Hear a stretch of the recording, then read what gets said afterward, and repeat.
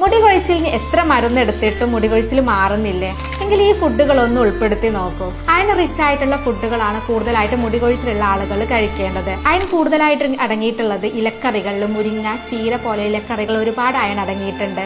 അതുപോലെ തന്നെ ചുവന്ന ചീരയിലും അയൺ അടങ്ങിയിട്ടുണ്ട്.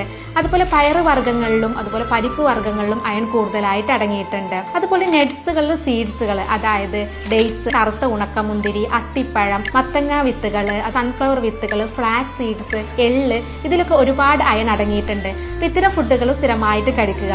അതുപോലെ തന്നെ നോൺ വെജുകളിൽ തന്നെ ലിവർ, ചിക്കൻ്റെ, അതുപോലെ തന്നെ ആട്ടിറച്ചിയുടെ ഒക്കെ ലിവറിൽ ഒരുപാട് അയൺ അടങ്ങിയിട്ടുണ്ട്. അപ്പൊ ഇത്തരം ഫുഡുകളും സ്ഥിരമായിട്ട് അയൺ റിച്ച് ആയിട്ടുള്ള ഫുഡുകൾ കഴിച്ചു കഴിഞ്ഞാൽ മുടി കൊഴിച്ച് നമുക്ക് ഫലപ്രദമായിട്ട് ചികിത്സിക്കാൻ പറ്റാറുണ്ട്. അപ്പോൾ ഫെറിറ്റിൻ്റെ ലെവൽ കുറയുമ്പോഴാണ് നമുക്ക് മുടി കൊഴിച്ചിൽ വരുന്നത്. അപ്പോൾ ഫെറിറ്റിൻ ഉണ്ടോ എന്നുള്ളത് ടെസ്റ്റ് ചെയ്യുന്നത് ഈ മുടി കൊഴിച്ചിലുള്ള ആളുകൾക്ക് നല്ലതാണ്. അപ്പോൾ ഫെറിറ്റിൻ്റെ ലെവൽ കുറയുമ്പോൾ ഇത്തരത്തിലുള്ള ഫുഡുകൾ കഴിച്ചു കഴിഞ്ഞിട്ടുണ്ടെങ്കിൽ ഫെറിറ്റിൻ ലെവൽ കൂടാനും അയൺ കൂടാനും ഹെൽപ്പ് ചെയ്യാറുണ്ട്.